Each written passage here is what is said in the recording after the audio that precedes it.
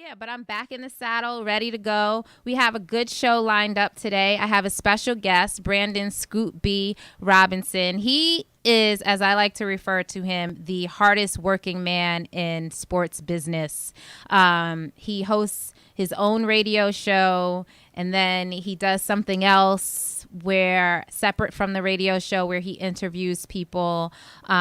He's constantly hosting events, interviewing athletes, and just does a lot. So I'm excited to sit and chat with him. He and I actually met covering we met on a TV show where we were both called in to give analysis on, I believe it was Ray Rice and domestic violence at the time. So yeah, so he's joining me today, and then all right, we are back, and now I got Scoop B joining me. Say what's up, Scoop. What's up, Scoop?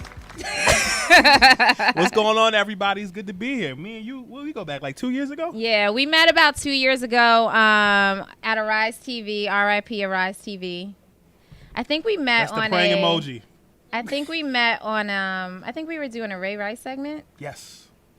Domestic violence, and we were talking about whether or not he had a future in the league, and I think we both said nah. I said that with some time, maybe, but it seems like you're right now. Yeah, I said no. I didn't believe, unfortunately, I didn't believe that he did, because I just knew it was bad. I mean, the NFL was trying to cover their butts, and they used him as a scapegoat. I think, yeah. And his age, and he didn't have the best season leading up into all of the off-season more specifically stuff. Since the Super Bowl that Right. they played when it was the Turn Out the Lights game. Right. They played against the 49ers Yeah. and the Harbaugh. Harbaugh Bowl. Yes. Harbaugh Bowl. Yeah. But I think that in addition to that, I think the NFL dropped the ball because TMZ was putting everybody on Front Street. That was the whole. We talked about the Harbaugh Bowl. That was the elevator sweepstakes as well. You had 3 instances: Johnny Manziel on the elevator, Beyonce, Solange, and Jay-Z. And what you want me to do? I'm sorry. Then you had. Who knew? Then you had Ray Rice, but the Ray Rice thing, it was, it looked bad. At least with Manziel, in a separate incident, you hear about domestic violence, you didn't see it. With women watch football too. We sure do. I mean, as a woman here talking sports, I can't speak about that enough. I think for me it was, I was definitely conflicted during that period because I felt like the NFL wasn't doing enough at all to speak to the women fan base. And I strongly believe that the future of the NFL lies within the female fan base.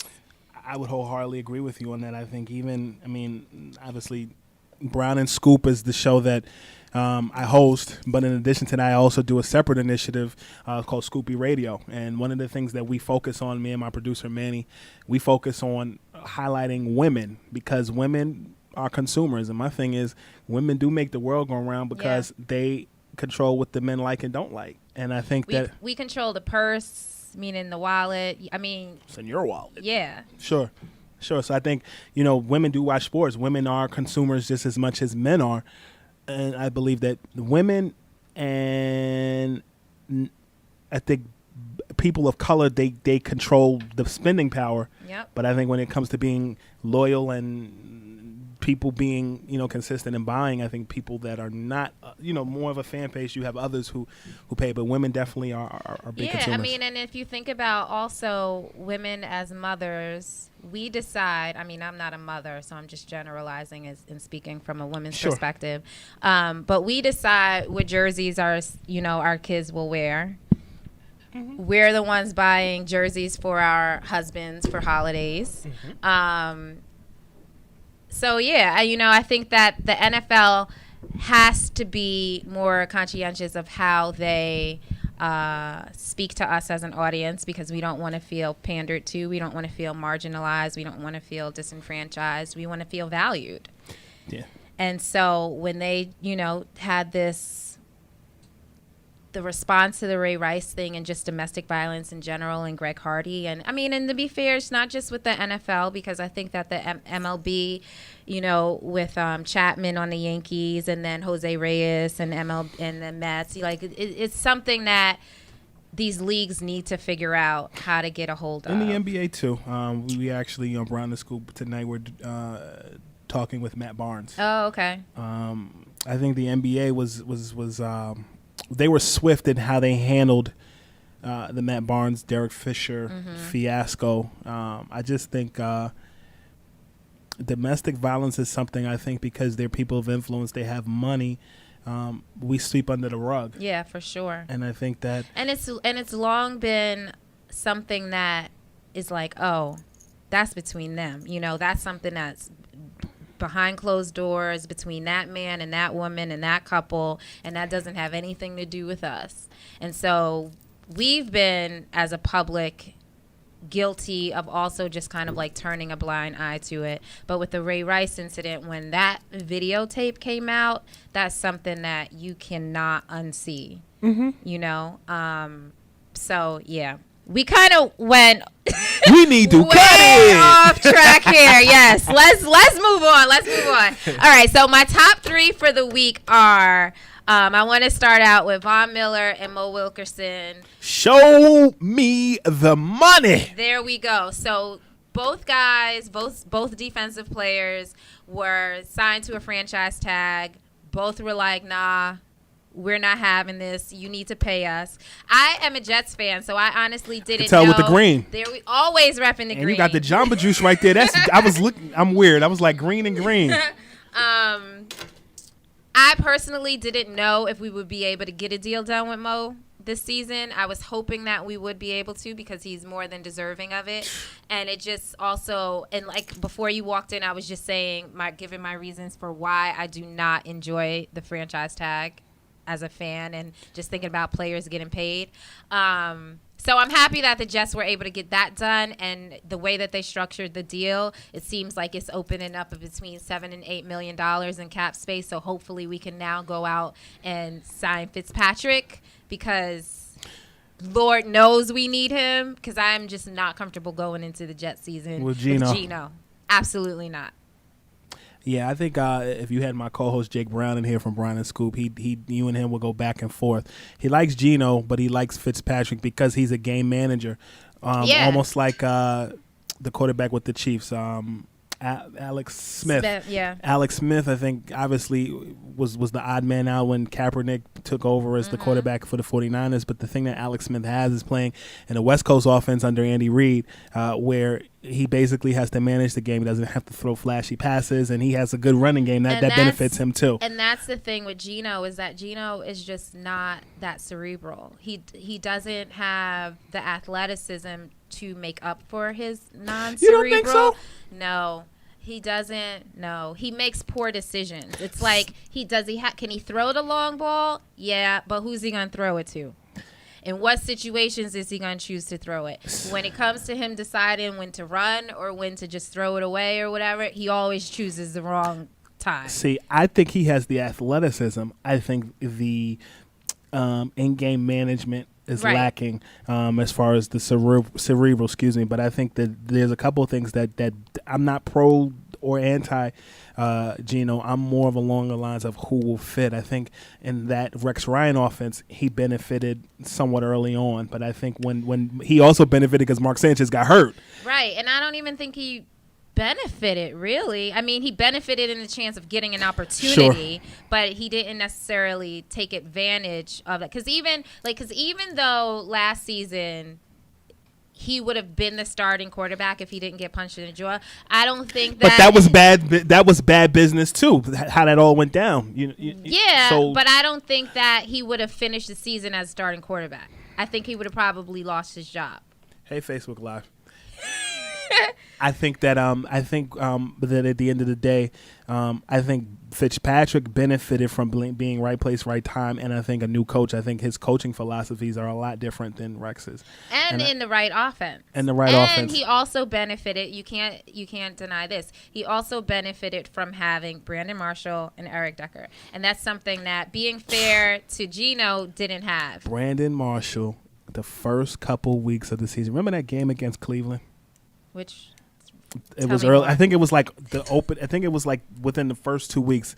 I think Johnny Manziel was the starting quarterback, so that was like within. I think that might have been week 1. Okay. Yo, my fantasy team looked like Christmas. I think he had like 3 or 4 touchdowns in that game. Yeah, by himself. Brandon Marshall is a beast, and I'm so happy that he's a Jet. He actually, I just saw our alert come through that said that he hasn't spoken to Ryan Fitzpatrick in about a month, and he's starting to get nervous. You know, us Brandons, we got it like that.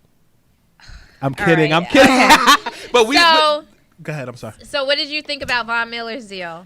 I liked it only because I think that every era, I think this summer you've seen just money. I mean, while we're broke and slaving, they get money, right. But at the same time, in the world where NBA guys and Major League Baseball guys get so much money, and then on the NFL side, so many offensive guys get so much money, it's good to see the defensive guys get paid, blow up. I mean, Sue. Miller now, they're the top 2 highest paid. And I was happy for Muhammad Wilkerson, a local guy. Me too. Because he saved my fantasy team too defensively. But I think bigger than that, I think quietly he's just been playing his tail off. Even back when Rex Ryan was coaching, but that's why, he's been a consistent, loyal, and that's why you have to pay these guys. Where's DJ Khaled when you loyal? You smart. Another one. I appreciate you. All right. Buy yourself something. Wait, okay, so I'm getting some comments. So Silas is one of my loyal listeners, and he says, free Matt Barnes. Facts. Geno Smith's career matters. What you need to know about Silas is that he's a Bills fan. So anything that he says needs to be taken with a grain of salt and a ton of hate, because that's where he's coming from. Are you hearing this, my brother? He hears it. He knows it. He knows. He said Teflon Don, Teflon. Handel saying Geno was the worst. He's a Jets fan. Jets fans are not, like, the thing is, Ryan Fitzpatrick hurt his case because he lost that game. He lost the final game of the season against Buffalo Bills, and that kept us out of the playoffs. You might hate me for this, but I think it's the writer in me. You might kick me off your show. I'm looking at your writing. I like Rex, and I felt I'm all for the underdog, and I'm all for vindication, and I wanted the Bills to win because I wanted him to get the last laugh in the sense of, she's like, I'm wondering if I'm kicking him off or not. I'm not going to kick you off. I'm just waiting for you to finish so I can say what I need to say. I just think they didn't make the playoffs. But Jets.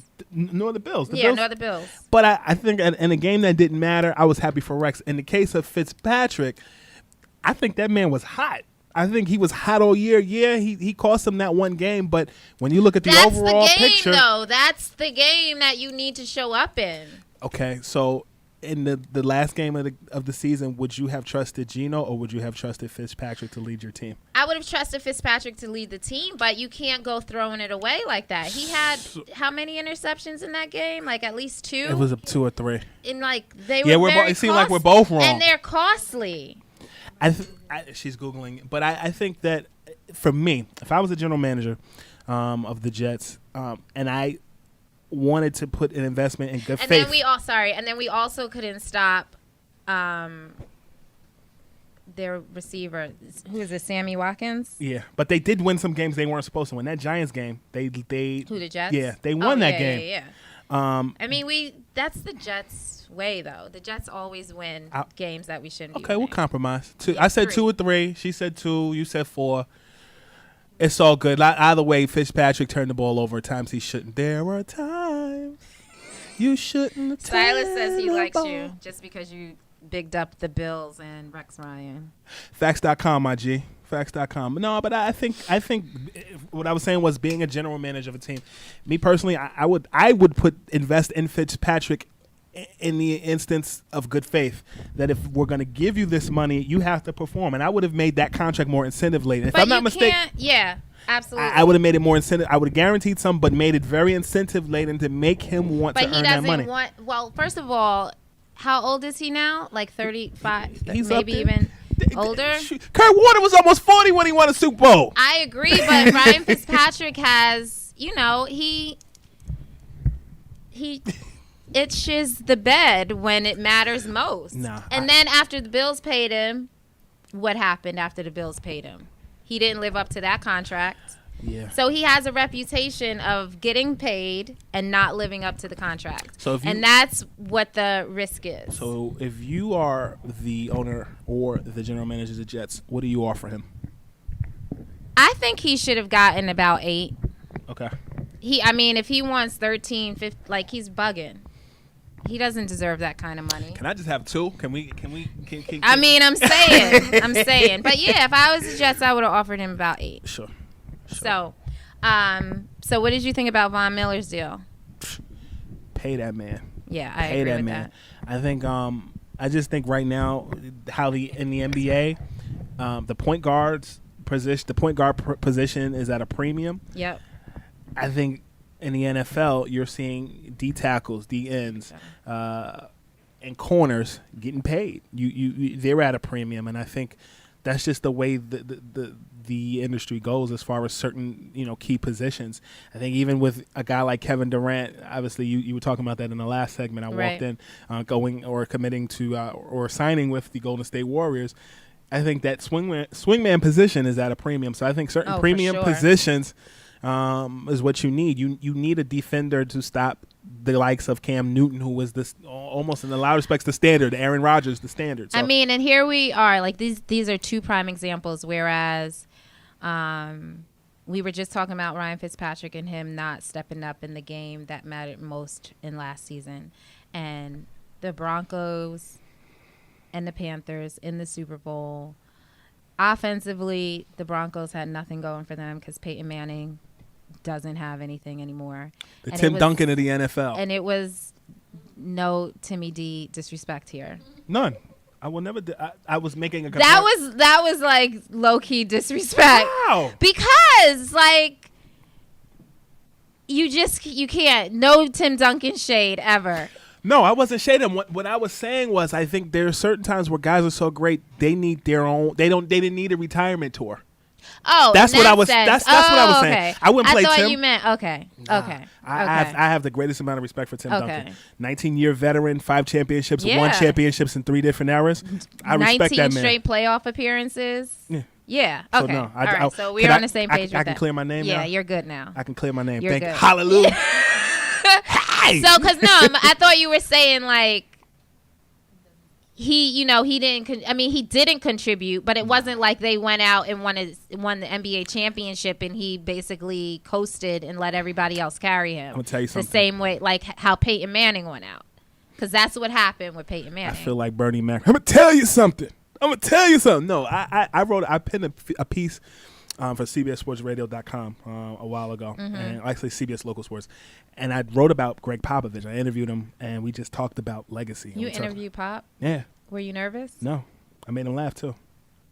Okay. And I talked. I tell you, he's the hardest working man in sports right now. He's in these streets. I'm trying to earn my keep, but I chatted with various players who played with Pop.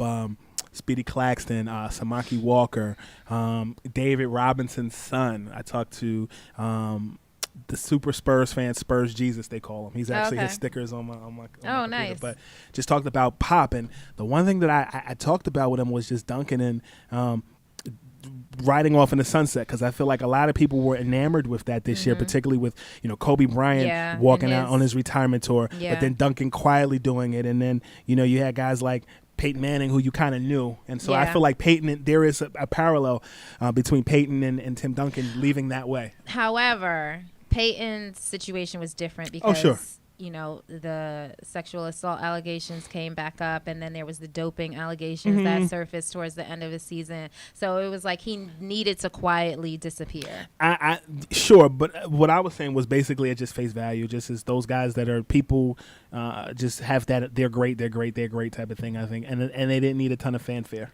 As say like in the NBA where LeBron or Iverson needed that fanfare because they came with that pizzazz or that swag. Yeah. But I have the utmost respect for Tim Duncan and all he's done. I think, top power forward in the game and in our industry. Tim Duncan, when I started my career in journalism at 12 years old, that was his rookie year in the NBA. That's crazy. And the first person that I interviewed was Keith Van Horn. As a reporter. So, that's my era as a childhood and also starting in the business. So kudos to him. Let's talk about that a little bit. I'm gonna veer away from the top three for a quick second because I think you definitely have a unique story. So share with the listeners how you got started at 12. I had a radio show with the Nets called Net Slamming Planet. This was back when they were in New Jersey. I auditioned for a show at Chelsea Pier. Hundreds of kids auditioned, and it was originally for doing. Remember the Crash Dummies? Back in the day, it was to be a personality on a now defunct station called 1660 AM Oswald Radio, and it was at Liberty Science Center in Jersey City. So what happened was I auditioned to be one of the 8 members they were looking for to be, childhood personalities, and so I got it. I killed the first audition, came back for a second audition at Dangerfields. Did you know you killed it at the time, or were you? I did. He's nodding. For those of you listening and not watching, he just nodded. I did. Okay. Go ahead. Facebook Live sees him nodding. But in all seriousness, I had a mom that just put me in the right position, and a praying mom. I talked a lot as a kid, and she was like, "I wish he would shut the hell up. What can I get him to do?" Like, so I mean, it was a great opportunity, and then from there, the Nets called Oswald Radio and was like, "Hey, we're looking for a kid that who knows basketball, who has a personality, who's fearless." And it's me. Just to give you a little background, I played when I was younger. Okay. My uncle exposed me to basketball early on. He was a commissioner of parks and citywide basketball league in Harlem. So between Harlem, stand up. Between that and my family owning a sneaker store in Harlem, I was always around basketball, sports, athletes, etc. Okay. And so by the time the Nets came calling, that was an opportunity. When something's for you and it's divinely orchestrated, you go after it. And I haven't looked back since. Preach, brother, preach. Yes, ma'am. So that's my story. Please. But sorry. Yeah, you commented on Instagram earlier. She's like, I can't wait for Brandon to come in. I was like, thank you, ma'am. I'm excited. She said, do not call me. Yeah, I mean, what is this? I was like, yeah, I'm too young to be anybody's ma'am. Thank you, lady. Thank you, Shana. Thank you. There you go. Thank you, Shana. All right, and then you just knew that this was the path that you wanted to take. Yeah, but it wasn't easy. I think for me, my mom used to say to me growing up, there's more to life than basketball. And as a kid, I used to watch 60 Minutes with my mom. I used to read the newspaper on Sundays. And journalism, I think the interview was so important. And I feel like if you know how to just be a reporter's reporter and interview anybody, you can do anything. And if you can write, you can do anything. So to that point, when I finished, I did my show for 2 years with the Nets. I was in high school at that point, so I got to be a normal kid again. Okay. And then from there, college, grad school, and then, freelancing here, freelancing there, had an opportunity. Freelancing here, freelancing there, freelancing everywhere. Hey, yes. But then, I came into a position where, the Source magazine was looking for a staff writer. And that kind of jump-started everything. Yeah, I mean, and then even 2 years ago, I was at the press conference with Adam Silver when he banned Donald Sterling, and people thought I was Kenan Thompson. So that people on Twitter were talking about that. Shout out to my homie Reagan Gomez Preston, because she was one of the main ones talking about it, and it was pretty funny. That is hilarious. I wouldn't have thought that, but I could see it. He wishes he looked like me. He wishes he looks like but you. But it was an opportunity, and sometimes you got to run with it. And Brown and Scoop came along, and it's open doors and open people's eyes, because I think sometimes you can pigeonhole yourself into, okay, he's just basketball, he's just black media, he's just this, he's that. And when you're able to show people, unfortunately, it's almost like the black quarterback experience, when you can show people that, hey, I can pass, versatile. I can run, yeah, you can do it all. I can do everything. I use Bernie Mac. Hey, America, you ready for me? So I think it's one of those things where when you know that you're living in your purpose, and you know that you have a goal, and you know that you have the right team around you, possibilities are endless. I agree with that. Let's talk about someone else who has the right team around them. Talk to me. Tom Brady. So it seems like Deflategate is finally over as far as we're concerned. He's just kind of said, you know what, I'll eat this 4-game suspension. I'm not going to pursue this any further. I'm not going to take it to the Supreme Court, which I think is the right thing to do given everything going on in the country right now, in the world. Like, you and these 4 games and these deflated footballs, it's so insignificant when you look at the grand scheme of things, and what our courts should be focused on, and our government and all that kind of stuff. But the thing that there are a few things from this story that I want to discuss. One, him reworking his contract. Brady? Yeah. So he reworked his contract. So he's only going to lose about $200,000 as opposed to the $2 million that he would have lost as a result of being suspended these games. And I think that is an absolute brilliant move on his part. And then the other thing is that their schedule, Cardinals, Dolphins, Texans, Bills, I think they'll go 4-0 at worst, 3-1 without him. I think first and foremost, when you talk about the Supreme Court, I'm kind of glad he saved face, because if I was in that Supreme Court, you know what I would have said to him? Why you always lying? Oh, God. But I think Tom Brady is in a situation where he basically he's thinking of legacy in a lot of respects, like Dwayne Wade is, making that move to Chicago and being from Chicago. So he has the juice. The fact that he was able to restructure his contract, the fact that he has the Kraft family in his back pocket. Let's hope the ketchup doesn't splatter with him having it in his back pocket. But in all seriousness, I feel that people tend to forget things when you're just quiet and you shut up. And I think that we've carried this and we've dragged it on for so long. If you think of the last 18 months, they've won a Super Bowl. He pulled a Jigga Kelly not guilty and got his appeal revoked.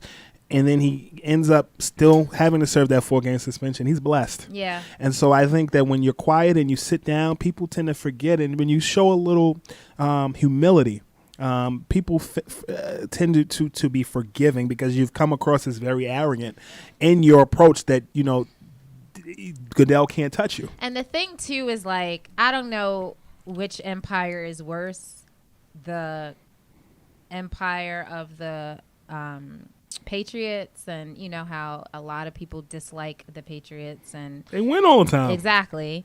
Or Roger Goodell and the NFL. You know, it's like, you can't, from my perspective, there really isn't a favorite to pick between these two. It's not like, oh, well, I'm rooting for Tom Brady to defeat Roger Goodell, or I'm rooting for Roger Goodell to take down Tom Brady. You guys are both equally evil, in my opinion. And so I don't really see where there's a win-win for any of the fans, especially where, as me being a Jets fan and the Pats being in the AFC East, it's not like we play the Jets, and I don't think that, you know, we benefit from him not sitting out. And because like I said, the schedule is so easy for the Patriots, and the system in place, it's not as if this announcement came week 1 of the season and then it's like, for 18 months. Exactly. So now, what's their backup? Garofalo? Something like that, right? He has the ability. He has the ability to now get all the reps with the first team and be ready. Garofalo was his name. Garofalo. Okay, Garoppolo. That's how much. I mean, I knew it wasn't like Janine. What was her name? The comedian Janine Garofalo. I knew that wasn't it. You've officially lost me. You know what? When you talk about Patriots backup quarterback, one of the things that I look at is when Brady was hurt some years ago. I think this was like 2008, 2009. And he sat out from some time. And I can't think of the guy's name that was his backup, and it's bothering me. But he ended up being the starting quarterback. Stat lady. He ended up being, you know, like clean up on aisle 5. But no, I remember that after that season, he ended up signing a contract with the Kansas City Chiefs. And he ended up, I can't think of his name as we're stalling looking it up. Right, Facebook? You see it stalling? I'm Googling. But I think that people act like because Brady's not playing, it's the end of the world. Okay, they go 3-1. They're still going to have to compete with the Jets. They're still going to have to compete with the Dolphins, the Steelers. They're still going to have to, I think sometimes we get. Yeah, but I think only those first 4 games of the season really count, because otherwise, not to say that they're going to go undefeated once Brady gets in, but, you put Brady up against anybody and you like your chances if you're a Pats fan. Matt Castle. Yeah, Matt Castle. Thank you. I was about to say White Castle. But, yes, Matt Castle. But I just think that people act like if Brady's going to sit down, that's the end of the world. Just like, I think Brady is a significant portion of this team. But listen, Gronkowski knows how to catch a football. He does. And I just think if you're a great team, you know how to suit up when because of the competition in that division, it's not like it's not like it's that great. It's not like they really have anything to worry about. Mm-hmm. I think at the end of the day, Tom Brady just has to pay his dues and shut up, and I think sometimes Tom Brady gives off a vibe that he can't be touched. It's almost like reminds me of, remember that episode of Fresh Prince when Will was playing for Bel Air Prep and they played against Malibu Prep, and you had the guy that played on Cosby Show. I can't think of his name, but he was the star of Malibu Prep, and he thought that the kid jogged to school every day from where he was from in his hood. And so long story short, I think sometimes people have this Malibu perception, like Will had of that guy on the Fresh Prince. They have this Malibu perception of Tom Brady that he can't be touched. But you showed that he was human. And I think that you're going to have to sit down. You're going to have to pay restitution. Almost like a Draymond Green situation in the finals where people just thought that Draymond, wherever line you were on and whether you thought he should be suspended, the Warriors showed that they're not invincible, and neither is Tom Brady. Yeah, no, I agree. And I'm happy that they showed that. Mm-hmm. I mean, he knew something was going on with those footballs, and he needed to be disciplined for it. Callers, where you at? Holla at us, 929-227-4646. Don't forget, question of the day. Should the NBA implement an NFL-like franchise tag to help kill the formation of super teams? Do you have any thoughts on that, Scoop?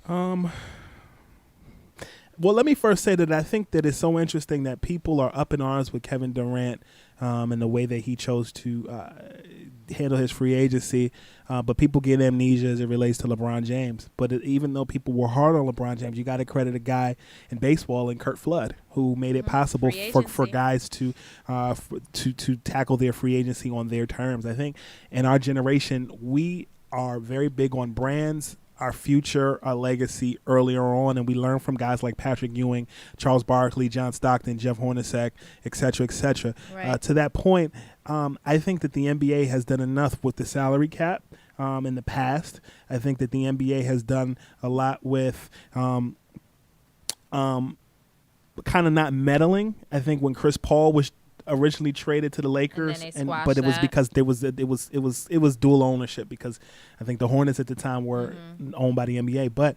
I think you get mad at a player for leaving when Durant or LeBron both took less money to win a championship. I think that to kind of control a situation is inorganic. I think in the NFL, where there's not guaranteed contracts, it's different. I agree. And so I think with the NBA, I think we complain left and right. I have more of a problem with the fact that they're actually playing with the idea of putting advertisements on jerseys. This is not overseas, and this is not the WNBA, who has a different structure. They're not hurting for cash, no, is what you're saying. No, if you hurt it for cash, I mean, if you want to give money away, give it to us. We're the good guys here. But I think, to tinker with the system, I'm against that. Okay, hold on. We have a call. Hello? Hello? Hello? What's going on? Who's calling? State your name and where you're calling from. This is DJ Hands from Long Island. Hey, DJ Hands. What's up? What's up, Shana? I'm good. Thanks for calling again. 2 weeks in a row. Yeah, of course. I support, man. I'm going to listen every time if I can. Thank you. Thank you. What up, DJ? What's going on, homie? Ain't nothing but the rent. So what's your question? What do you want to weigh in on today? Well, I actually had two because I heard this was shoot your shot day. Okay. Uh-oh. All right. And I wanted to touch on the Durant situation. Okay. All right. Well, I'm gonna shoot my shot first. I want to know, can you still ball? You should have seen her face. She was nervous. I was nervous. I'm like, where is he going with this? Because we go way, way back. Back into time. Hansel, I could never really ball. God bless your soul, and for having me out here looking like I was a junior high school legend in these streets. But no, I could never ball. I've for those of you listening who don't know me in real life, I'm 5 feet and I've been the same height since about 6th grade. You got tall swag though. So thank you. So I was on the B team. I played point guard, and that's the extent of my basketball career. I think I played in 7th and 8th grade. She was like Nash out there, throwing no looks and everything, yo. She was nice. I'm trying to tell you. No, I wasn't. Did she get the MVP then? 2 times in a row? I wasn't nice. I remember I did have like a block, which is crazy. Who were you playing against? I mean, we went to a Lutheran private school and played against like other like Catholic schools. It wasn't like it wasn't no competition. Yeah, it wasn't any other competition. So what do you want to say about Durant? Yo, now the reason I'm kind of like upset with Durant because I was a fan, like, and what made me upset was not like who he went to or whatever, it's the way he did it, and the fact that when LeBron made his move, he had stuff to say about it. He put on I believe it was Twitter. He put out, so competition is gone in the league now or something like that as soon as LeBron made his move. Yeah, but that was like 4 years ago. Can a person evolve in their point of view? Nah. If that's the way you feel, then how do you make that move 3 years later, 4 years later? Because you evolve in your point of view because you've been playing within the same system for the past 8 seasons. And so you go to the team that was one game away from winning the championship? I hear you. And I listen, I'm not opposed to what Durant did. I feel like it's a job for him. It's a career move for him. And if a career goal of his is to get a chip, and I said this last week, and I'll say it again. If a career goal of his is to get a chip, then he's going to put himself in the best position to do so. And the Warriors afforded him the best opportunity to do that. Now, I personally feel that his decision, that his relationship and his playing relationship and his on the court relationship with Westbrook factored greatly into his decision to go and leave and play for the Warriors.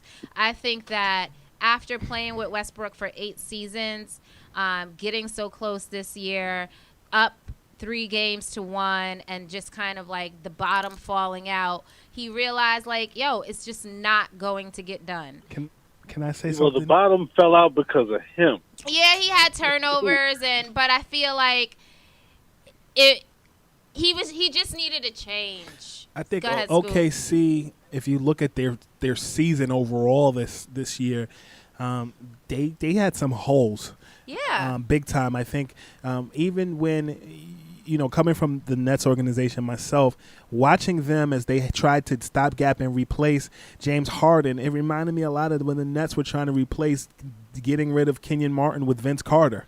Wow. And that, you got Randy Foye, you got Deion Waiters, you had a Steven Adams who emerged in the playoffs and in an instance made Ibaka expendable defensively. Right. I think that the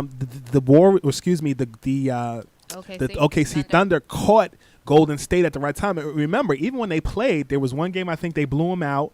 It was a couple games, if I'm not mistaken, they blew them out. But I think they got used to them. When you get to the playoffs, at that point, other people's play sets. Yeah, and you adjust. So I think OKC, they're like a team that you just don't want to see in the playoffs because they're like that 8th seed Philadelphia 76ers team in 2001. They weren't an 8th seed, but just that mindset where they're dangerous, but they get to play the Lakers and they lose it because the Lakers are just a better team. Right. And I think that with Durant, I think it is a situation where for a year and a half he was basically off and on shelf with foot injuries. Mm-hmm. They had to recover from Harden being gone. I mean, they made it to the playoffs 4 years ago. They made it to the finals 4 years ago against a better Miami Heat team. All I'm saying is it seems like with Durant, he doesn't like to be held accountable or doesn't want to be held accountable for like these losses and stuff like that. So it seems like he always wants to hide behind somebody. I don't agree with that. In my opinion. I don't agree with that. I think that, one, him and Russell were very much a 1-2 tandem or punch on that team. And I don't think that he was afraid of being held accountable because there were plenty of opportunities when people wanted him to throw Westbrook under the bus, and he wouldn't do that, you know. And so I think from that, I'm not talking about that. I'm talking about on the court.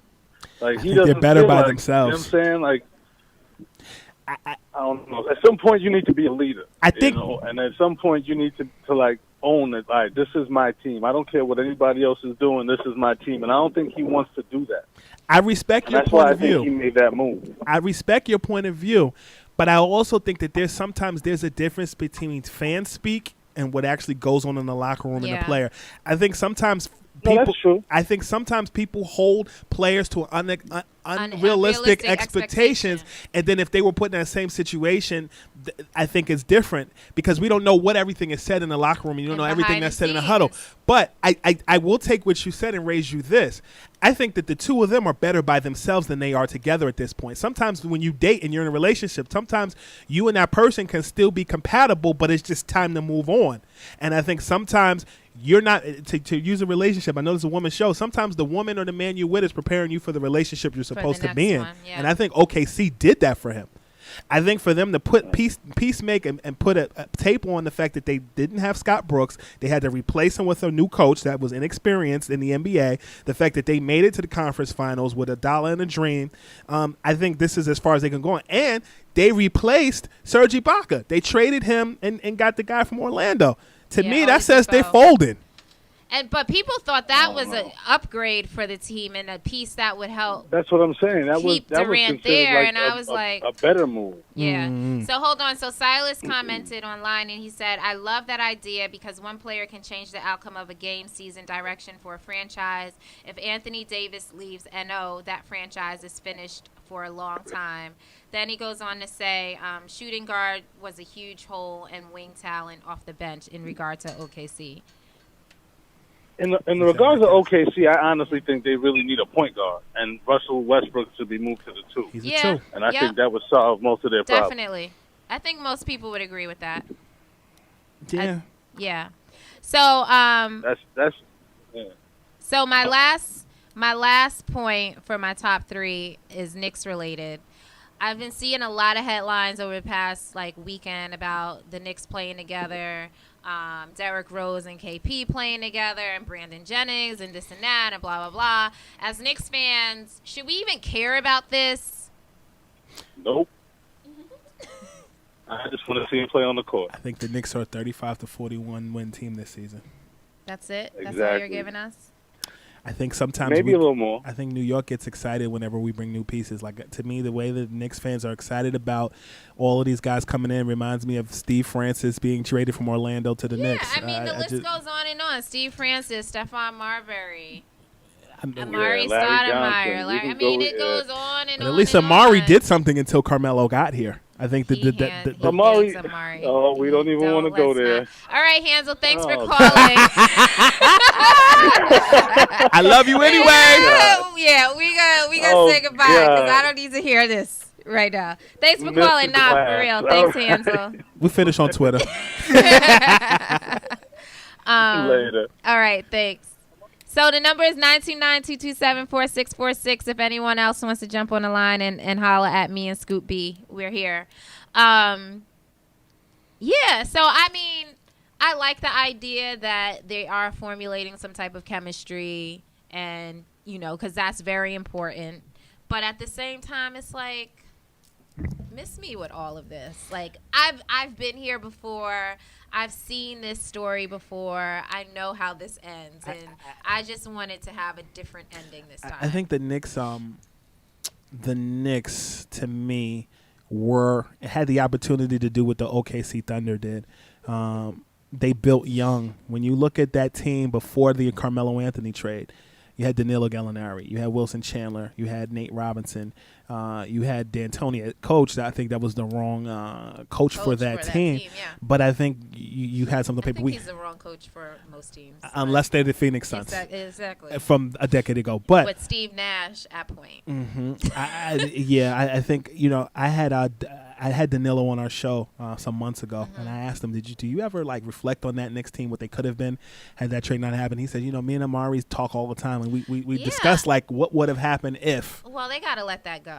I mean, I think it's a casual conversation. They gotta let it go. But yeah. Because I read somewhere that Amari brought it up recently, and I know how these things go. People ask them these questions, so it's not like they walk in and people stick a mic in their face and then they start like venting and reminiscing about what could have been. So to be fair in that sense, but like, man, let it go. And I also read that Amari is like he would like to come back to New York.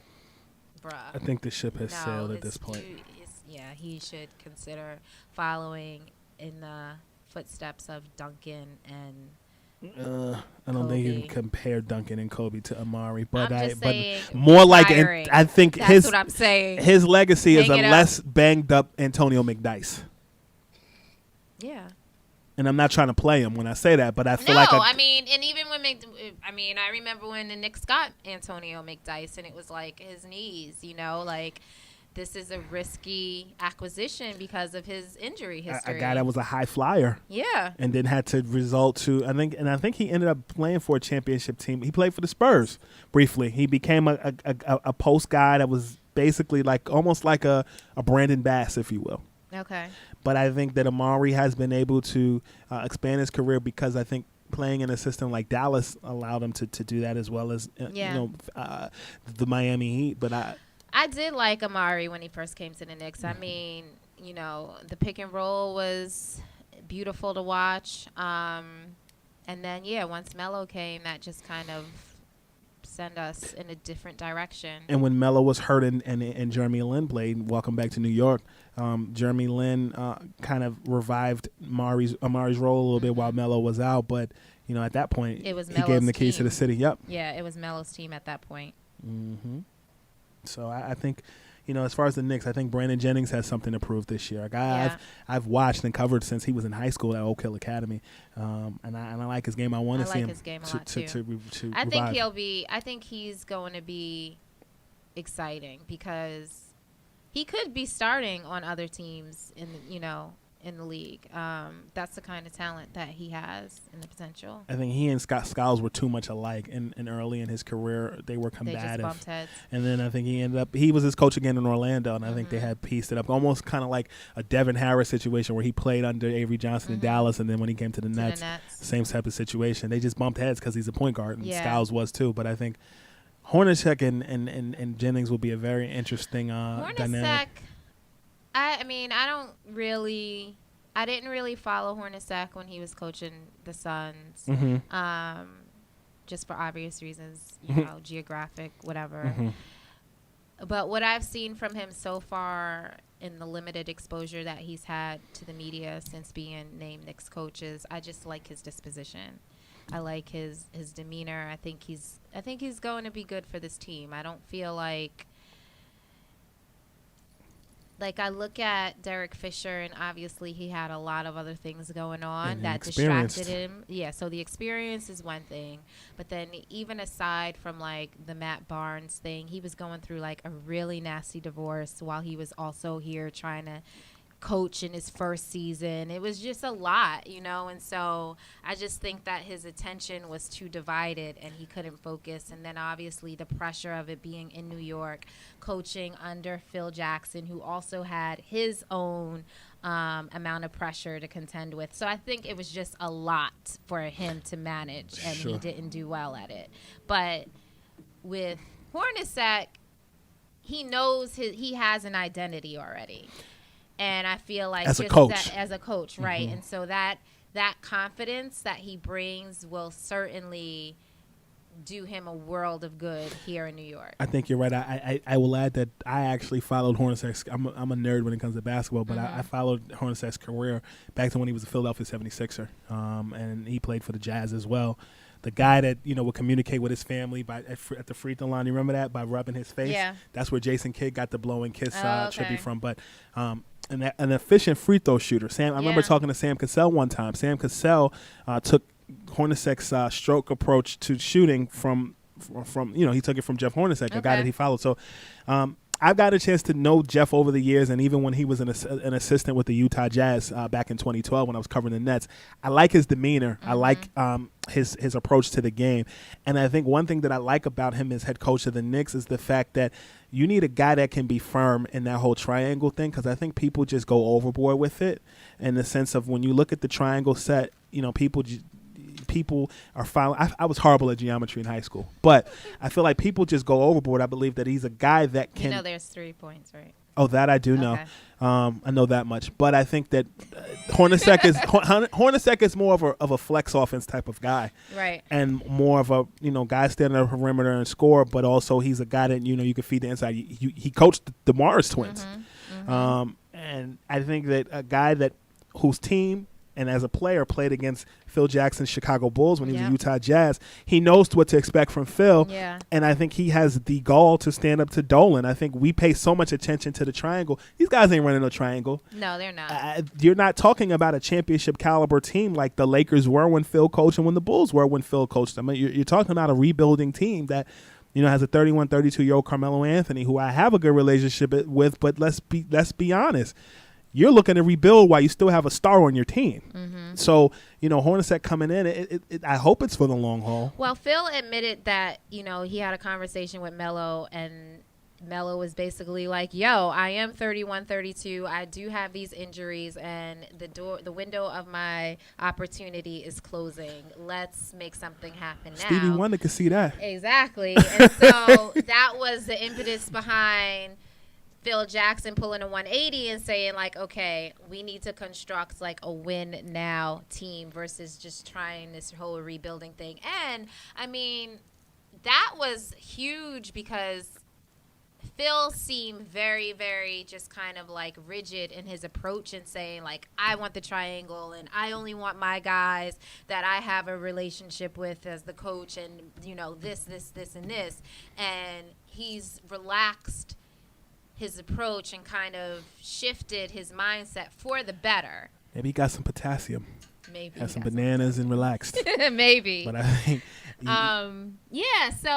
I don't know. As a Knicks fan, I will say that I am cautiously optimistic. My dad says that he's cautiously pessimistic about the Knicks this season. Yeah, exactly.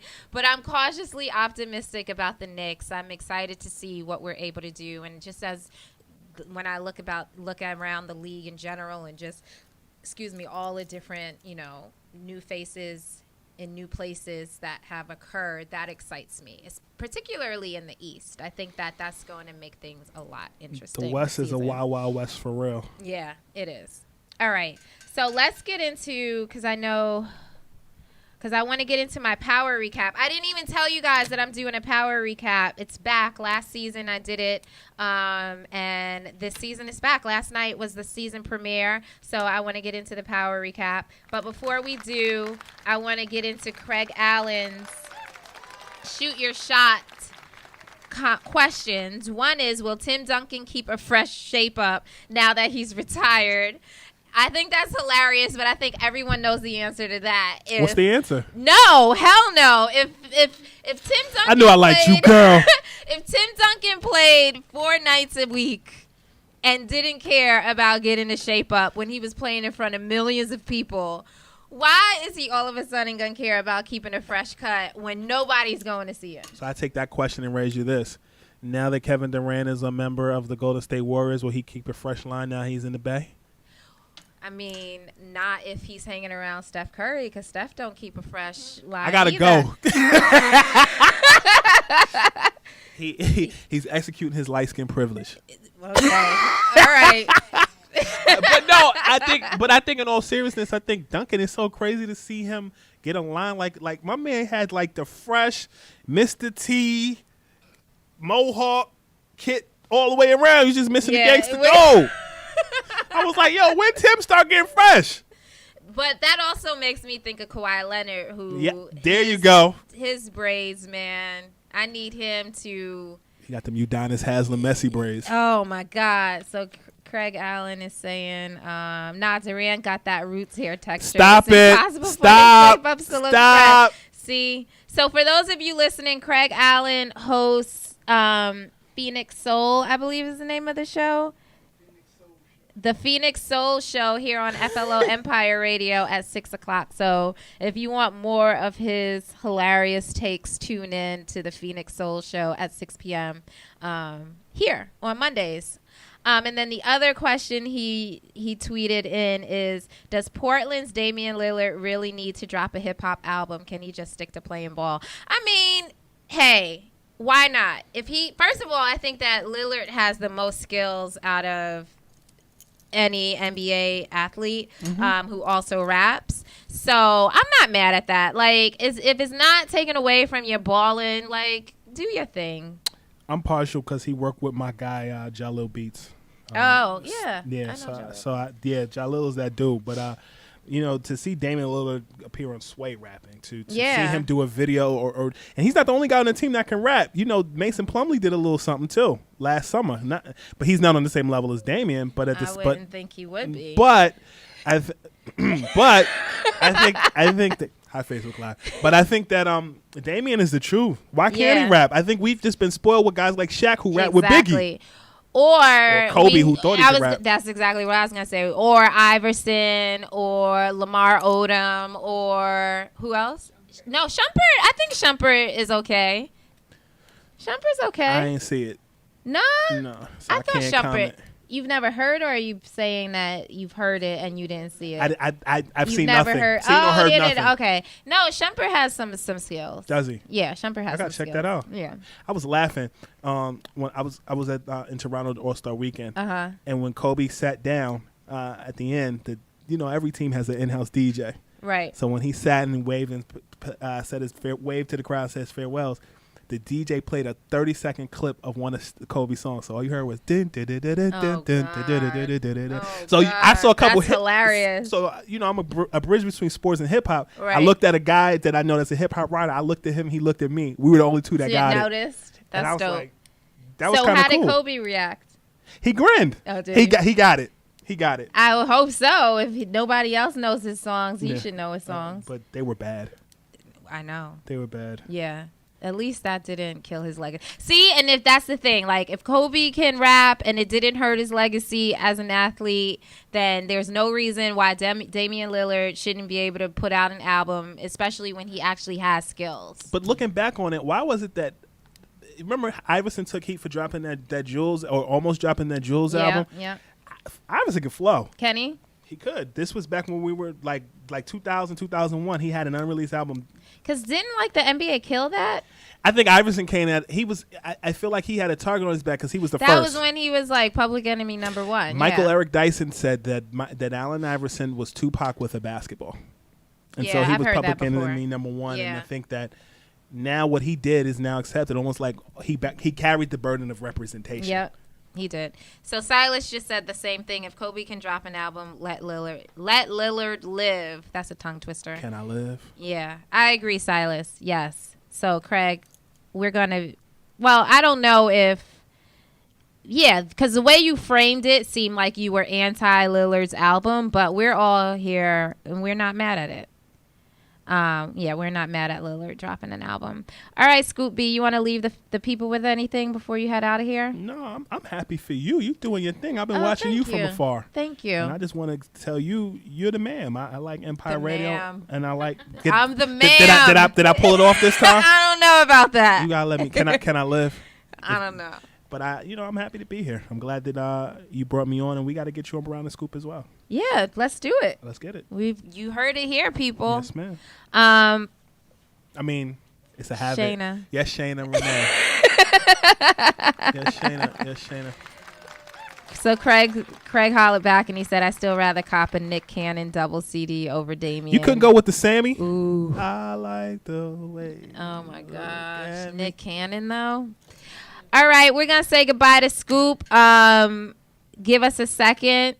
And where can the people find you? You can follow me on Twitter at ScoopB. You can follow me on Instagram at Scoop_B, as well as Snapchat Scoop_B. Make sure not only you check out Brown and Scoop, but you also check out Scoop B Radio. I've been in the business for a while, so I have interviews that I've done from a kid that I put on ice. Oh, okay. And you can subscribe to it on iTunes, Google Play, Stitcher, the Listen Now app, and you can check out ScoopBRadio.com. And I've had interviews with everybody from B.J. Armstrong, Karen Civil, Scott Burrell, Jalil Beats, not Meek Mill, Neef Buck, who's part of the Young Guns, Miss Jade. So has some of everybody. What's your most memorable interview that you've ever done?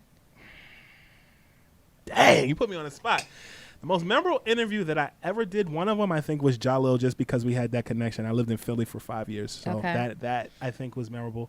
Another memorable interview would probably be some of the ones that went viral on Brown and Scoop. We had Dr. Ben Carson on our show a couple weeks ago. And yes. Tell us how that was, because I did see the clips from that where he mentioned his mom. Yes. So we had fill everybody in on that. We had former Republican, goes back to what my mom said, there's more to life than basketball. Right. And so we had former Republican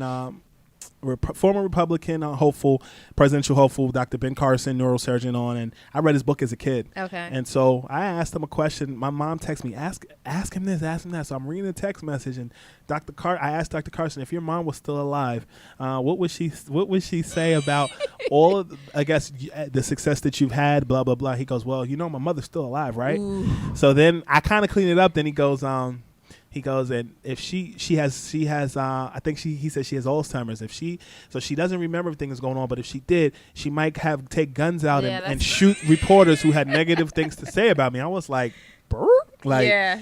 But it went viral. Like, it hit every publication and blog, and it was crazy. So I mean, CNN and Yahoo. Yeah. But The Hill, it hit everything. But I mean, for Brown and Scoop, and kudos to my co-host Jake Brown, we've been running since September 1st, and we've gone viral, I think, about 9 times. Like, that's huge. It's booking is key, and like I said, we have Perez Hilton, an interview with Perez Hilton that'll drop tomorrow. Oh, really? And you interviewed. Nice segue into the next segment. Did you interview Tommy from Power? Yes. Today? Joseph Sikora. Yes. Yeah, you interviewed him today. Yeah, you can find that on iTunes somewhere. Brown and Scoop. Did he give you any spoilers or anything? No, but I know he and my co-host have a bet where my co-host Jake is a Mets fan and Joseph is a Cubs fan. So the winner of whichever team does better in the National League has to buy the other a steak dinner. Well, I think your co-host is going to be buying him a steak dinner. I just want to get the free steak dinner too. So kudos to Mr. Sakura for that. Tommy. Yes, Tommy. Yes. All right. Thanks so much for joining us today. I would have it no other way. Thank you for having me. I'm so thankful for you coming on my show. I'm thankful to be here. Great conversation as always. And yeah, thanks for supporting. I'll keep supporting you. Of course. I got my little buddy Shaquan here recording, and he's off from school today, so I wanted to say his name on the radio because he's gonna smile now and say hi back, or not. He's not gonna smile. Okay, he didn't smile for you. Hey, buddy. There it is. Thank you for having me. All right, thank you for joining us. Yes, all right, sir. We're gonna take a quick break, and then when I get back, we're gonna get into this power recap, you guys.